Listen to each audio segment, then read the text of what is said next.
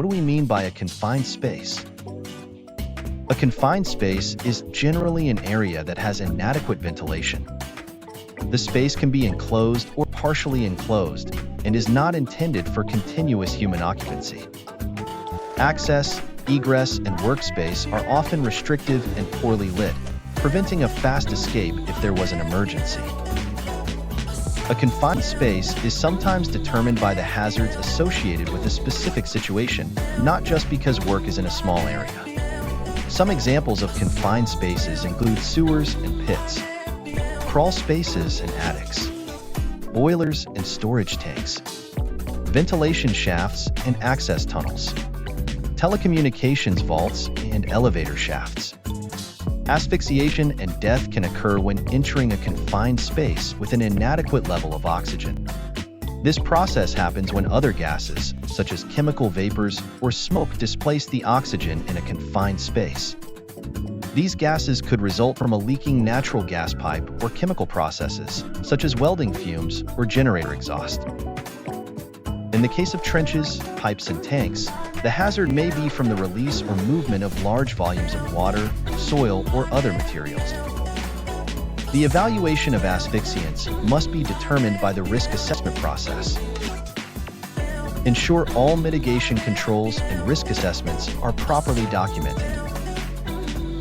Before entering a confined space, an authorized person must use a suitable gas detector to determine the oxygen level. As low oxygen levels are the most common cause of death in confined spaces, accurate oxygen level measurements are essential. Hence, an appropriate calibrated and well-maintained oxygen meter is critical.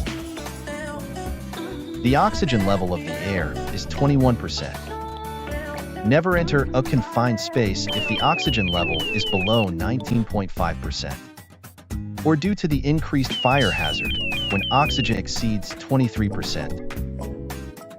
Never enter a confined space to rescue someone unconscious unless wearing a breathing apparatus. In such a situation, contact your local emergency services. They have the suitable equipment to attempt a rescue. The atmosphere must be tested if any confined space contains flammable, explosive, or toxic substances. This monitoring must be carried out by a trained and competent person using a suitable and correctly calibrated gas detector. Flammable vapor must be less than 5% of the lower explosion limit. Hydrogen sulfide must not exceed 20 parts per million. Carbon dioxide must remain below 30 parts per million. Ensure all measurements are properly documented. Only workers with the relevant qualifications will be permitted to enter a confined space. Personnel must complete and sign the required confined space permit before entering any confined space. Ensure all the appropriate PPE is evaluated and used. Personal air monitors must always be worn. Ensure harnesses have a current test certificate. All personnel entering a confined space from above must be connected to the rescue winch. Anyone entering a confined space must have a spotter.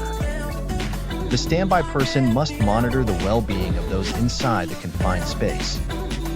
If a serious incident occurs, the standby person will immediately contact your local emergency services.